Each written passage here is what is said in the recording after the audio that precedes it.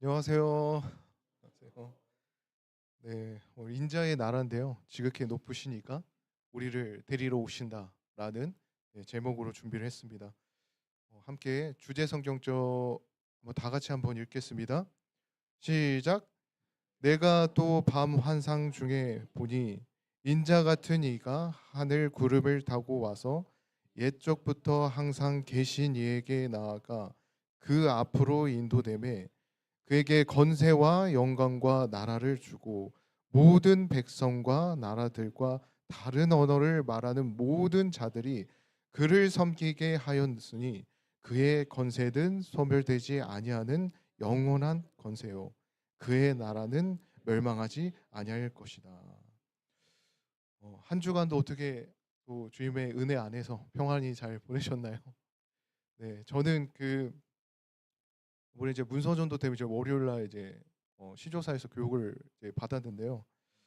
어 그래도 멀리서 오는 사람은 딱 두 명밖에 없더라고요. 예, 저하고 또 한 명의 전도사가 있는데 그래서 그 한국 연합회 그 왼쪽에 그 어린이 비전 센터라는 데에서 예, 숙소에서 잠을 머물면서 그 전도사하고 늦게까지 얘기를 했어요. 예, 같은 사역을 하는 사람하고 얘기를 한다는 게 너무 반갑더라고요. 네, 공감도 되고 서로 이해도 되고. 근데 밤새 얘기를 하면서 이 문서 전도를 어떻게 했는지를 좀 물어봤습니다. 근데 참 그분이 했던 말들이 기억에 좀 강하게 남아서 좀 잠깐 얘기를 드리고 싶어서 예, 제가 이 얘기를 꺼냈습니다.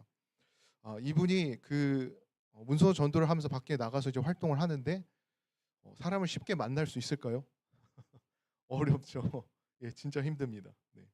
그냥 한 곳에서 기도를 하면서 누군가를 만나게 해달라고 하는데 지나가는 사람도 없고 예, 마주치는 사람도 없고 시골에서 정말 정말 힘들게 이 사역을 했다고 합니다. 그런데 어, 눈에 띄는 사람들이 있어요.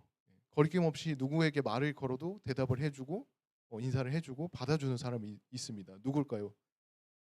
일요일 교인입니다. 예, 문서 전도를 하면서 그 일요일 교인을 되게 많이 만났다고 해요. 예, 근데 그 분들의 대화를 나누면서 참 존경받을 만한 그런 품성들이 좀 보였다고 그런 얘기를 하더라고요. 근데 자기의 어떤 신분을 드러내질 않았어요. 저는 제칠의 안식이 예수 재림 교인이다라고 얘기를 안 하니까 그 상대방이 어떻게 봤을까요? 당 부도자로 볼 수가 있겠죠. 서로 모르니까. 네, 그래서 서로에게 정말 열띤 얘기를 막 하면서 대화를 굉장히 많이 이어갔는데 근데 그렇게 대화만 하다 보니까 결국 책은 팔지는 못했다고 하더라고요. 책은 못 팔았는데 이제 본인이 갖고 있는 생애의 빛의 책을 전달해 줬다고 합니다. 근데 그 전도사는 이분을 전도하려고 책을 준 건데 그 책을 주는 그 마음에서 그분이 했던 그 말이 어 지금까지도 참 남는 말이었어요. 저는 이분에게 연락이 오기만을 간절히 기다리고 긴장하고 있습니다라고 그 말을 하더라고요. 이 책을 보고 마음이 움직여서 자기한테 연락이 올까 봐. 저도 그걸 보면서 하나의 그 씨앗을 심어 놓고 그것을 기다리는 마음이 전도구나. 그래서 다시 한번 생각을 했던 것 같아요. 우리가 그 한 사람의 영혼에게 온 마음을 다 쏟잖아요. 그 사람이 하나님께 돌아오기만을 정말 간절히 기다리는 그 마음, 그 긴장하는 마음. 그런 그 생각을 하면서 문득 이런 생각이 들었습니다. 살면서 언제가 내가 가장 떨리는 순간이 언제일까? 어, 언제 내 마음에 이렇게 심장이 내려오는 순간이 언제일까? 생각을 하다 보니까 어떠한 결과가 딱 나오는 순간인 것 같아요. 내 이름이 딱 불러주면서 어떤 결과가 딱 나오는 순간. 예, 저도 가장 떨렸던 순간이 저도 한 재판에 섰던 적이 있었습니다. 예, 뭐 아시는 분은 알겠지만 예, 전세 사기 때문에 네, 앞에서 몇 번 섰던 적이 있었는데 참 그때 이름을 불릴 때 참 많이 떨리더라고요. 예. 또 어렸을 때 학교 다닐 때 제 이름을 불릴 때도 많이 떨렸던 적이 있었어요. 왜 그러면 지금의 시대는 선생님이 폭력을 쓰면 큰일 나잖아요. 예, 근데 그때는 네, 합법적인 폭력이 있었던 경험이 있습니다. 또 우리가 가장 떨리는 건요. 건강 검진을 받았을 때 결과인 것 같아요. 예. 자기는 건강하길 바랬는데 의도하지 않게 좋지 못하는 그런 결과가 나왔을 때 참 그때만큼 긴장되는 게 없습니다. 네. 교회에서 우리가 제가 말한 거 말고도 교회에서 우리가 가장 긴장될 수 있는 것 중에 하나가 심판이라는 단어인 것 같아요. 심판이란. 재림의 이야기가 이게 들려오고 또 이 심판이라는 그 내용을 볼 때마다 기뻐해야 되는데 조마조마하신 분들도 계십니다. 내가 과연 그날을 통과할 수 있을까? 내가 정말 구원받을 수 있을까? 예, 저도 이 심판이라는 말을 가지고 설교를 하면서도 항상 이 마음의 한편으로는 부담이 될 때가 있어요. 근데 이 다니엘서를 이 7장을 내용을 묵상하다 보니까 문득 이 마음에 열리는 구절이 하나가 있었습니다. 구절이 하나가 있는데 다니엘서 7장 22절 이런 말이 있어요. 옛적부터 항상 계신 이가 와서 지극히 높으신 이의 성도들을 위하여 원한을 풀어주셨고 때가 이름에 성도들이 나라를 얻었더라. 이 말씀을요 다시 한번 우리 마음속에 묵상을 했으면 좋겠습니다. 네, 심판은 우리 성도들에게 불리하게 열리는 자리가 아니라 성도들을 위해서 열리는 자리입니다. 원한을 부려주고 이 말씀을 보면서 하나님께서 저에게 이렇게 말씀하시는 것 같았어요. 하늘의 법정에서 내 이름이 불려지는 것이 너희를 정죄하려고 하는 것이 아니라 내가 너희를 찾으려고 하는 음성이다. 제가 아까 말한 그 전도사님의 그 간증을 얘기하면서 우리가 그 하나의 씨앗을 심어놓고 기다리는 그 마음이 있잖아요. 간절한 마음. 근데 하나님께서 심판이라는 이 메시지를 주셨어요. 우리 한 사람 한 사람이 그 말을 들었을 때 어떻게 하길 바라셨을까요? 네. 돌아오길 바라셨을 거예요. 분명히 그 말씀 속에서 훨씬 더 간절하게. 그래서 저는 성경의 말씀 속에 이런 어쨌든 우리의 심판이라는 그 파트도 다니엘서의 내용을 보면서도 우리에게 이렇게 말하고 있지 않을까. 하나님께서 우리를 언제나 찾고 있고 우리를 부르고 있고 심판이라는 두려움이 아니라 믿음으로 나오기를 바라고 있지 않은가. 첫 번째 제가 세 가지 빛을 내용을 준비했는데요. 첫 번째 빛은 왜 인자가 되셔야만 하셨는가. 지난 제가 그 설교 그 내용을 얘기하면서 재해시작에 대해서 이렇게 계속 얘기를 했잖아요. 근데 사탄이 노린 자리가 어떤 자리였죠? 저번 주에 얘기했는데 지극히 높으신 이의 자리잖아요. 그리스도의 자리. 그것을 우리가 다니엘서의 이 내용을 통해서 다시 한번 확인을 했었죠. 근데 오늘 이 본문에서 지극히 높으신 이가 어떤 이름으로 나타나죠? 인자 같은 이로 나오잖아요. 인자 같은 이. 사람의 아들입니다. 우주에서 가장 높으신 분이 참 이렇게 가장 낮은 이름으로 왜 하필 사람으로 오셨을까? 단지 말씀으로도 할 수 있었는데. 그러나 우리가 다시 한번 복습을 하자면은 지난 시간에 우리가 배웠던 것들 조금만 더 생각해 보면요. 사탄의 그 반역의 말 앞에서 그가 말을 하는 것이 이론이 될 수 있어요. 예. 사탄의 말도 이론이 될 수도 있고요. 하나님의 말도 주장하는 게 이론이 될 수 있습니다. 아무리 사랑한다고 100번, 1000번, 1000번 얘기해도요. 사탄이 아니다. 저분은 사랑이 아니다. 이기적인 분이다. 이렇게 얘기를 해도 그것을 지켜보는 참소하는 그것을 지켜보는 천사들은 하나의 주장 대 주장으로 들릴 수밖에 없습니다. 그런데 거기에서 뭐가 필요합니까? 말이 아니라 어떠한 우리가 알아야 될 실체가 필요하잖아요. 실체가 이론이 아니라 증거가 필요하잖아요. 증거가. 그래서 하나님이 어떤 분이다라는 것을 말로만 한 게 아니라 삶으로 보여주셨죠. 삶으로. 지극히 높으신 이가 인자가 되셨어요. 인자가.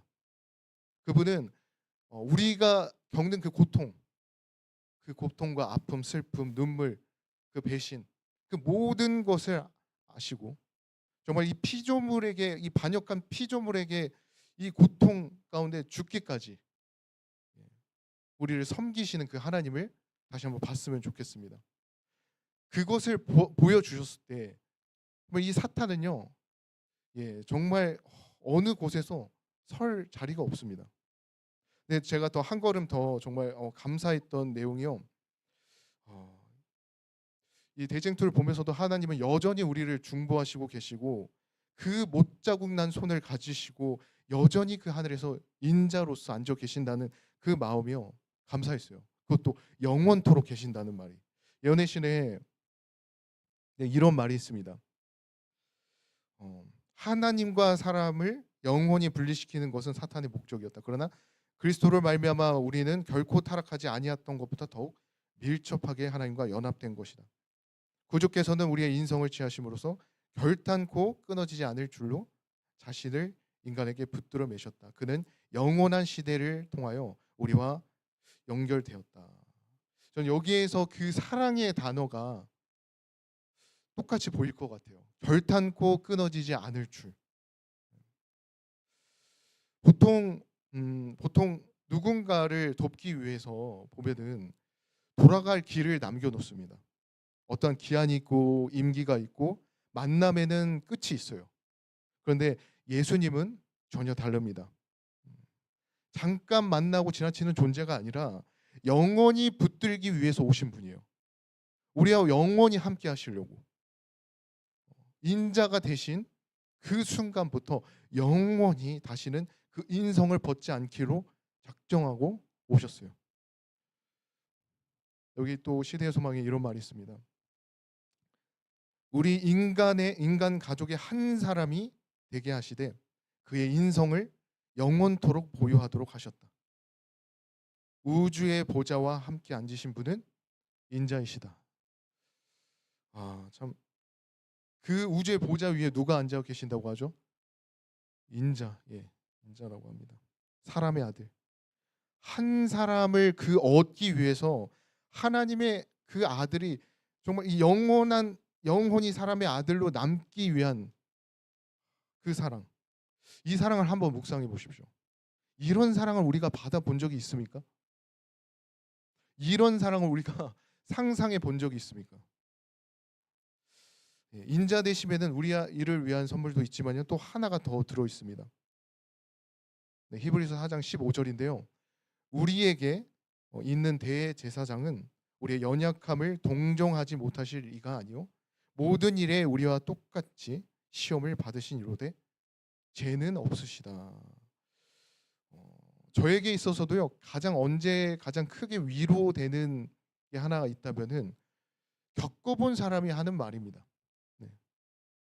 내가 겪어보지도 않았는데 그 사람을 위로한다고 말을 해도 와닿지 못할 때가 많이 있습니다. 그런데 그 똑같은 고통을 겪어본 사람이 말하지 않아도요. 그 사람의 손을 잡아주기만 해도요. 정말 따뜻한 위로가 느껴집니다.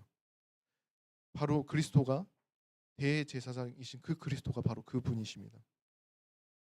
우리와 똑같은 고통을 겪으신 분, 우리와 똑같은 고난과 공포와 버림받음과 슬픔과 눈물을 흘리시는 분. 그래서 우리가 어디에서도 그분을 위해서 기도할 때 주님께서는요, 당연히 내가 너를 알고 있다라고 얘기할 수 있는 것입니다. 너가 흘린 그 눈물을 다 알고 있고 너의 밤을 내가 다 보았고 너의 그 고통과 외로움을 내가 다 보았다. 그렇게 얘기할 수 있는 것입니다. 그래서 저는 이 인자라는 말을 생각해 봤을 때 낮아지심의 하나의 또 의미도 있지만요. 동시에 영원히 우리와 함께 결합하고자 하는 이름이지 않나. 또는 우리와 완전한 공감을 주지 않는 공감을 주고자 하는 이름이지 않나 그런 생각이 듭니다. 둘째 빛은요. 이 심판은요. 성도들 우리를 위한 것입니다. 본문에 보면요. 이 내용을 보셨을 거라고 생각합니다. 이 내용을 다 보다 보면은 이 보좌가 놓입니다. 옛적부터 항상 계시니가 자정하십니다. 우리 강처럼 보좌 앞에 흘러나오고 천천히 그분을 섬기며 만민이 그 앞에 섭니다. 그리고 여기 보면 책들이 쭉 펼쳐집니다. 이 장면이 무엇이죠? 우리가 잘 아는 하늘의 법정에 있는 장면이죠. 가볍게 우리가 볼 내용이 절대 아닙니다. 이 하나님의 그 책들이 펼쳐지는 이 순간은 정말 숨길 수 없는 시간이고요. 피할 수 없는 시간입니다. 근데 13절에 보면요. 정말 놀라운 장면이 하나 있습니다. 예, 그 법정으로 누가 가죠? 인자 같은 이가 하늘의 구름을 타고 옛적부터 항상 계신 자에게 나가나. 이 옛적부터 항상 계신 자가 누굽니까? 네, 하나님이시죠. 하나님 아버지. 참 이거는 재림의 장면이 아니라 옛적에 계신 그분께 나아가는, 아버지께 나아가는 재림전 하늘에서 열리는 심판의 장면입니다. 이 심판이라는 말을 들었을 때 왜 무겁게 들릴 수밖에 없을까? 왜 무거울까 한번 생각을 해봤어요. 근데 우리가 아는 이 세상의 심판이 그렇지 않나, 그런 생각이 들더라고요. 그 판사가 저를 압니까? 전혀 몰라요. 내가 어떤 사람인지 알지 못해요. 검사는 어떻습니까? 저를 몰라요. 예, 오히려 더 잡으려고 합니다. 변호사가 믿음이 갑니까? 돈을 주는 만큼 쓰는 거기 때문에 믿음이 가지 않죠. 네. 이런 세상의 법정 앞에서는 누구나 긴장하고 떨 수밖에 없어요. 저도 마찬가지로 그 전세 사기 때문에 이제 법원에서 여러 번 섰던 적이 있었습니다. 저는 피해자인데 참 좀 놀랐어요. 피해자라서 좀 더 이렇게 이해해주고 말을 부드럽게 해줄 줄 알았더니 그게 아니라 검사장이 이제 검사가 이제 피해자에게 증인석으로 이렇게 앞에 세워놓고 질문을 합니다. 근데 그 질문들이요 하나같이 견책하듯이 말하는 말투예요. 예, 공격적이에요. 막 이렇게 막 들춰내는 것처럼. 그런 말로 거의 한 3, 40분, 뭐 길면 1시간 동안 얘기를 합니다. 물어봅니다. 제가 피해를 받았는데 왜 내가 죄인인 것만큼 취급을 받고 있을까? 그랬던 그 경험이 있었습니다. 그러나 하늘의 법정은 어떻습니까? 전혀 달라요. 전혀 달라요. 이 내용을 보면은 재판장이 누구십니까? 하나님 아버지. 이미 그 우리를 창조하기 훨씬 우리의 전부터 이미 사랑하신 우리 아버지시잖아요. 우리 아버지. 그리고 이 변호인이 누구죠? 예수 그리스도. 우리의 죄를 대신하여서 피 흘리신 그 의인자이신 그리스도 예수. 세상에 이런 법정이 어디 있을까요? 참, 이 변호사가 그 피고를 위해서 목숨까지 내놓으시고 재판장이 어쨌든 이 피고의 무죄를 누구보다도 원하는 그런 법정이 어디 있을까요? 그래서 이 22절이 저에게 다르게 들렸던 겁니다. 옛적부터 항상 계신 이가 와서 지극히 높으신 이의 성도들을 위하여 원한을 풀어주고 때가 이름의 성도에게 나라를 얻었더라. 원한을 풀어주고. 이 말이요 굉장히 귀하게 들려왔습니다. 제게. 나를 무너뜨리려고 오신 것이 아니라 나를 살리려고 심판을 주셨다는 거예요. 이 시간은요 우리의 마음이 열리는 시간이 되어야 되는 것입니다. 이 심판에 있어서 다급한 쪽이 누굽니까? 성도입니까? 아니에요. 사탄입니다. 사탄. 참소자입니다. 우리를 끊임없이 괴롭히고 참소하는 그 사탄이 가장 다급한 쪽입니다. 우리에게 이렇게 말하잖아요. 저 사람 보십시오. 저 사람을 보면 정말 하나님의 백성입니까? 그리스도인입니까? 저 사람이 정말 구원받을 자격이 있습니까? 저 사람이 정말 교회에 다닐 만한 사람입니까? 그런데 그 심판은, 하나님이 보여준 심판은요 그 어린 양의 피로 그 고발장을 지우는 것입니다. 이 심판의 관역이 성도들에게 향했다고 생각하지 마십시오. 오히려 사탄 참소자에게 향하는 것입니다. 여기 그 각시대의 대정토에 이런 말이 있습니다. 그리스도께서도 우리의 중보자로서 첫째 단계 봉사만을 마치시고 그 사업의 다른 분야에 들어가서 죄인들을 위하여 흘리신 당신의 피를 가지고 하나님 앞에 지금도 탄원하고 계신다. 지금도라고요. 지금도. 여러분 이 지금이라는 말을 생각해 보십시오. 과거가 아닙니다. 지금도.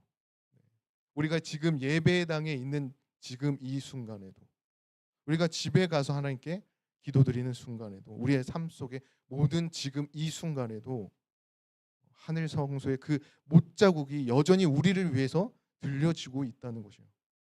그런데 거기 안에서 어떠한 일이 일어나고 있나? 정말 중요합니다. 이거 제가 읽겠습니다. 예수님께서는 중보자로서 그들을 위하여 탄원하고자 하나님 앞에 나가실 것이다. 심판의 때에 기록한 책들을 펼치면 예수님을 믿는 모든 사람들의 생애가 하나님 앞에 나타난다. 우리의 대언자 되신 그리스도께서는 이 세상에 처음 생존한 사람부터 시작하여 지금 살아있는 사람들에 이르기까지 각 시대의 모든 사람들의 사건을 제시하신다.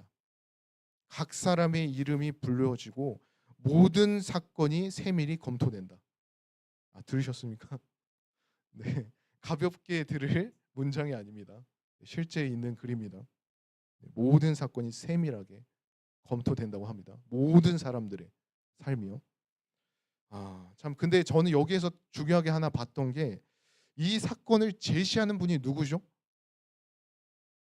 대언자 대신 예수 그리스도잖아요. 대언자 대신. 내 인생의 모든 삶의 그 내용을 넘기는 그 손이 나를 고발하는 탐소자의 사탄이 아니라 나를 위해 찢기신 그 예수 그리스도의 손이라는 거예요. 이 사실만으로도요, 우리의 마음이 달라져야 됩니다. 우리의 마음이 정말 밤에 편안하게 잠을 잘 수 있어야 돼요. 더 놀라운 건요, 그 다음에 또 나오는데 여기 그런 말이 있습니다. 그러나 진심으로 죄를 회개하고 믿음으로 그리스도의 피를 그들의 속죄 제물로 주장한 사람들에게는 하늘의 책에 기록된 그들의 이름 아래 용서받았다는 말이 기록된다.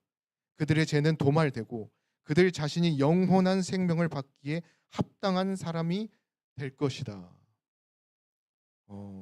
참 보십시오. 용서받았다는 말이 거기 기록된다고 합니다. 그 이름에 뭐가 적혀 있다? 용서받았다. 정죄받는다, 버림받았다, 실패한다는 말이 아니에요. 용서받았다.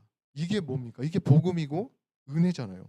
그런데 우리가 알아야 될 것은요, 회개 없이 은혜 받았다고 말하면은 절대 안 됩니다. 내가 죄를 내가 붙들고 살면서 주님께서 용서하시겠지 하는 그런 마음은 복음이 아닙니다. 그건요, 자신을 속이고 있는 거예요. 진짜 회개는 뭡니까? 죄를 정말 미워하는 것, 죄를 즐기지 않게 만드는 거고, 죄를 끊게 만들고 싶은 거고요, 하나님께 다시 한번 엎드리고 싶게 만드는 겁니다. 그게 회개입니다. 우리가 성도님들에게 말하고 싶은 말은요, 우리가 이 마지막 시대에 우리가 가져야 될 마음은요, 이 심판 가운데 두려워 벌벌 떠는 마음이 아니라 회개하는 마음입니다. 그리고 그 변호사 대신, 우리의 중보자 대신 예수 그리스도를 정말 신뢰하는 마음입니다.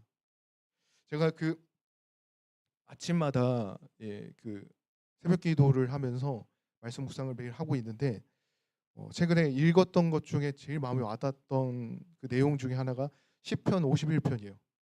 거기 이제 다윗이 그 회개하는 그 내용이 나오잖아요. 바세바 간음 그 이후에 거기에서 저는 그 51편 1절을 딱 보면서 그 다윗이 처음에 딱 말하는 그 말에서 참 와닿았던 게, 누구를 찾냐면은 주의 인자하심을 쫓아라는 말이 1절에 처음 나와요. 그 말을 딱 보는 순간 인자하신 그 하나님을 그가 붙들고 있었구나. 자기의 죄가 너무 부끄럽지만은 내 죄가 어떤 부분에서 고쳐져서 해결할 수 있는 그 죄가 아니라는 것을 그가 알고 있었기 때문에 다 내려놓고 그 하나님을 바라본 거예요. 그 인자 되신 하나님, 그 사랑의 하나님, 그 신실하신 하나님, 내가 정말 믿을 수 있는 그 하나님, 그 하나님이라면 나를 용서해 주시겠지, 나를 멸하지 않겠지. 그러면서 기도하죠. 나의 정한 마음을 다시 창조하시고 새롭게 해 주시옵소서. 그런 마음으로 나가야 됩니다. 여기 히브리서 4장 16절에 이런 말이 있어요. 그러므로 우리가 긍휼하심을 받고 때를 따라 돕는 은혜를 얻기 위하여 은혜의 보좌 앞에 담대히 나갈 것이다. 담대히 나갈 것이다 라고 해요. 이게 뭐 떨리면서 나가라는 말이 아닙니다. 회개하고 나가라는 말이에요. 회개하고 담대히 나가라는 거. 회개하고. 하늘의 책을 한번 생각해 보죠. 그 책에 뭐가 적혀 있을까요? 나의 실패만 적혀 있을까요? 우리의 회개의 눈물도 적혀 있습니다. 우리가 드린 그 모든 기도의 내용도 적혀 있어요. 우리가 정말 참회하면서 흘렸던 그런 눈물의 기도도 다 들어 있습니다. 우리의 작은 이런 거 작은 하나하나의 충성도 다 들어 있어요. 무엇보다 우리를 위해서 그 어린 양의 피로 우리의 죄를 용서하시는 그 하나님의 사랑이, 그 죄가 도말됩니다. 다시는 돌아오지 못하게 그분께서 그 피로 네, 옮기셨어요. 그것이 하나님의 용서입니다. 이제 마지막 시대의 성도들에게 이렇게 말씀하시는 게 있습니다. 내가 너를 내 손바닥에 새겼고 너의 성벽이 항상 내 앞에 있나니. 이 손바닥에 새겼다는 말을 한번 마음에 새겼으면 좋겠습니다. 손바닥에 새겼습니다. 이건 지워지지 않는다는 겁니다. 그 손바닥에 새긴 이름이 누구겠어요? 그건요 빼앗지도 못하고 그것은 없앨 수도 없는 것입니다. 그래서 저는 이렇게 말하고 싶습니다. 이 손바닥에 적고 싶은 그 그리스도, 그분의 마음을 생각했을 때 두려움 속에 살지 않았으면 좋겠습니다. 나를 자책하면서 정말 이 참소에 눌려 살지 않았으면 좋겠어요. 우리가 정말 회개해야 됩니다. 다시 한번 그분께 붙들어야 됩니다. 인자 대신 예수님을 다시 한번 우리가 바라봐야 됩니다. 그분은 우리를 정죄하려고 하신 게 아니라 우리를 살리려고 하시는 겁니다. 우리를 다시 한번 의롭다하게 하시려고 하시는 거예요. 이게 하늘의 법정이고 복음입니다. 세 번째 그 마지막 빛은요, 인자의 나라, 인자의 백성인데요. 네. 여기 7장 14절의 이 내용인데, 인자에게 권세와 영광과 나라가 주어지는 이 내용이 나옵니다. 그리고 18절과 27절 내용을 보면요, 지극히 높으신 자의 자와의 성도들이 나라를 얻으리니 그 누림이 영원하고 영원하고 영원하더라. 여기에서 왜 하나님께서 영원이란 말을 반복해서 쓰셨을까요? 영원하고 영원하고 영원하다. 우리에게 분명하게 말씀하고 싶은 겁니다. 분명하게. 그 나라는 무너지지 않는 나라고 그 나라는 끝나지 않는 나라다. 여러분, 이 나라가 어떤 나라든 보면은 영원한 나라가 있습니까?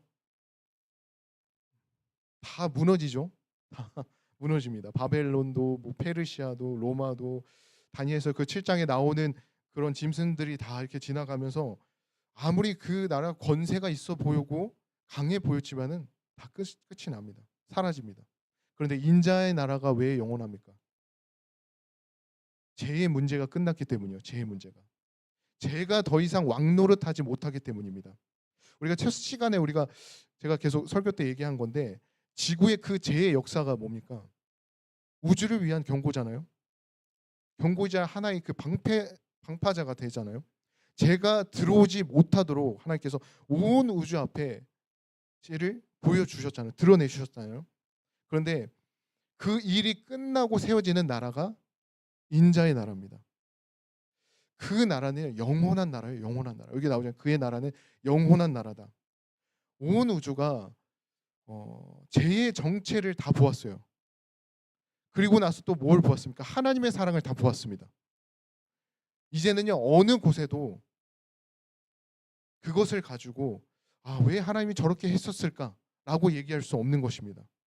의심할 수도 없고 참수할 수 없고 분열이 있을 수 없고, 그래서 이 나라는 영원한 것입니다. 그 나라의 백성은 어떤 백성일까요? 인자의 백성. 하나님의 그 백성이 정말 그 인자를 통과한 백성입니다. 그분의 피로 통과한 백성, 그분의 그 중보로 통과한 그 백성, 심판을 통과한 그 백성. 저는 이 값을 치르고 온 그 백성이라는 그 말이 참 좀 생각을 하게 됐는데, 성경은요 그 구속함을 받은 자들이라고 이런 말을 하더라고요.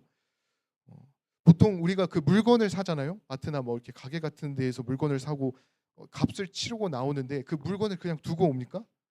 안 그러죠. 물건을 샀으니까, 내가 돈을 냈으니까 그 물건을 챙겨 가지고 오잖아요. 두고 나오는 사람이 없어요. 근데 하물며 하나님께서 우리를 위해서 이렇게 값을 다 치르고 오셨는데 그냥 두고 가시겠어요? 아니죠. 네. 그래서 재림은 정말 이 막연한 소망이 아닙니다. 그분이 자기의 것을 다시 한번 찾아오시려고 하는 당연한 걸음이에요. 그분은 분명하게 값을 지불했고 약속하셨어요. 그러니 재림은 어떠한 일입니까? 반드시 오실 수밖에 없는 일입니다. 그래서 우리에게 이렇게 말합니다. 함께 한번 다 같이 읽겠습니다. 시작. 내가 너희를 위하여 거처를 예비하러 가노니 가서 너희를 위하여 거처를 예비하면 내가 다시 와서 너희를 내게로 영접하여 나 있는 곳에 너희도 있게 하리라. 다시 온다는 그 계약서가 찍힌 도장입니다. 그것도 예수 그리스도의 피로 찍힌 도장이에요. 이건 사람의 말이 아니죠. 하나님의 말이고 예수 그리스도의 말입니다. 주님의 약속은요 분명합니다. 단 한 번도 어긴 적이 없습니다. 우리는요 어떤 존재죠? 그냥 보기만 하는 존재입니까? 우리의 신앙을 하면서 제가 저번 주에 얘기했죠. 성경에서는 정말 강한 자가 어떤 사람이라고 했습니까? 저번 주에 섬기는 사람. 하늘나라에서 강한 자는 섬기는 사람. 우리가 섬기는 사람이 되는 것입니다. 구원은요 우리의 은퇴가 아니라 임명이에요. 하나님의 우리를 구원하시고 아무것도 하지 않아도 된다고 말씀하시는 것이 아니라 영원히 섬기고 영원히 사랑하고 영원히 하나님께 영광 돌리는 삶으로 임명한 것입니다. 예언의 신에 여기 이 대쟁투에 이런 말이 있습니다. 저는요 이거를 몇 번이나 읽을 때마다 너무 감사하더라고요. 읽어도 다시 보고 싶은 글이에요. 대쟁투는 끝났다. 죄와 죄인들은 없어졌다. 온 우주는 깨끗해졌다. 오직 조화와 기쁨의 맹박만이 온 우주의 만물을 통하여 고동한다. 생명과 빛과 환희의 만물을 창조하신 분께서 끝없이 넓은 우주로 퍼져나간다. 가장 작은 원자로부터 가장 큰 세계에 이르기까지 만물은 생물계와 무생물계로 막론하고 조금도 흠이 없는 아름다움과 완전한 기쁨으로 하나님은 사랑이라고 선포한다. 이게 참 마지막입니다. 에덴에서 시작된 그 아픔이 이렇게 오랜 반역이 여기서 이렇게 끝이 납니다. 뭐라고 합니까? 하나님은 사랑이시다. 온 우주의 이게 마지막 고백이죠. 이 6,000년의 이 논쟁의 결론입니다. 저는 이 내용을 보면서 우리의 고백도 이랬으면 좋겠어요. 주님, 제가 정말 알았습니다. 주님의 말씀이 정말 옳습니다. 주님의 사랑이 정말 너무 참됩니다. 주님은 사랑이십니다. 이번 우리가 마지막 한 주를 우리가 이 한 주를 또 돌아보면서 심판은요 우리를 무너뜨리기 위한 것이 아니라 심판은 우리를 다시 한번 찾으려고 하는 하나님의 음성으로 다시 한번 생각했으면 좋겠습니다. 그리고 언제나 우리 곁에 계시는 그리스도 그분의 그 못자국을 다시 한 번만 바라봤으면 좋겠습니다. 그분께서 여전히 우리를 붙들고 계심을 다시 한번 생각했으면 좋겠습니다. 이거는요 가볍게 넘길 그런 내용이 아닙니다. 우리의 생명에 직결된 내용입니다. 내가 누구를 붙들고 사냐가 정해진 정말 중요한 내용입니다. 우리가 사람을 붙들면 어떻습니까? 우리가 사람을 보고 사람을 붙들면 흔들릴 수밖에 없어요. 자신을 붙들고 살면은 무너집니다. 무너져요. 그러나 세상을 붙들면 어떻게 되죠? 다 잃어버립니다. 멸망입니다. 그러나 우리가 예수님을 붙들면 어떻습니까? 주님은요 이 말씀을 통해서 우리를 정죄하려고 부르시는 것이 아닙니다. 다시 한번 살리려고 말하는 것입니다. 다시 한번 우리를 세우려고 하는 것입니다. 그러니 미루지 않았으면 좋겠습니다. 죄를 붙들고 살지 마십시오. 내 안에 있는 변명하는 마음으로 바라보지 마십시오. 오늘 우리가 회개해야 됩니다. 항복하고 한번 주님께 돌아오셨으면 합니다. 왜죠? 주님께서 우리를 위해서 값을 치렀기 때문에 십자가의 상을 우리를 위해서 다 이루셨기 때문에 주님께 돌아오셔야 됩니다. 그분은 여전히 우리를 위해서 탄원하고 계시는 분입니다. 그리고 반드시 재림은요 이루어집니다. 주님은 반드시 오십니다. 그 분께서 오실 때 그분의 손에 내 이름이 들어가려면은 내가 그 이름이 정말 들어가기를 우리가 간절히 원하고 있습니까? 그러면 우리는 지금 이 순간에도 돌아가야 됩니다. 주님, 저는 정말 죄인입니다. 저는 주님 앞에 도망치지 않겠습니다. 주님께 저는 돌아갑니다. 저를 씻기시고 새롭게 하시고 붙들어 주시옵소서. 우리는요, 심판의 말씀 앞에 두려워하는 사람이 아니라 이 재림을 기다리는 사람이 되어야 합니다. 참수에 정말 눌리는 사람이 아니라 변호인 되시는 그 예수 그리스도 인자이신 예수님을 바라보면서 아멘 주 예수여 어서 오시옵소서, 그 믿음으로 살아가길 바라면서 말씀을 마치겠습니다. 기도하시겠습니다. 하늘에 계시는 감사하신 아버지 하나님, 오늘도 우리 앞에 말씀으로 세워주시니 감사합니다. 주님, 우리의 마음이 연약하여 쉽게 흔들리고 두려움에 사로잡힐 때 주님 앞에 다시 한번 고백합니다. 우리가 죄를 보지 않고 주님을 바라보며 정말 주님께 맡기지 못한 그 연약함을 주님께서 붙들어 주시옵소서. 주님께서는 우리를 정죄하려 오신 분이 아니라 살리러 오신 예수님을 우리가 모두가 바라보게 하시고 지금 이 순간에도 우리를 위해 탄원하시는 인자 예수님의 그 사랑을 깊이 깨닫게 하여 주시옵소서. 우리의 그 심판이 두려운 마음이 아니라 재림을 기다리는 그 믿음으로 살게 해 주시옵소서. 주님, 우리의 이름이 생명의 책에 기록되게 하여 주시고 우리의 삶이 주님의 손바닥에 새겨진 삶을 살게 해 주시옵소서. 우리의 믿음이 흔들리지 않고 회개의 눈물로 믿음의 고백으로 매일매일 주님께 나아가게 해 주시기를 예수 그리스도 이름으로 간절히 기도드립니다. 네, 묵상으로 예배 마치겠습니다.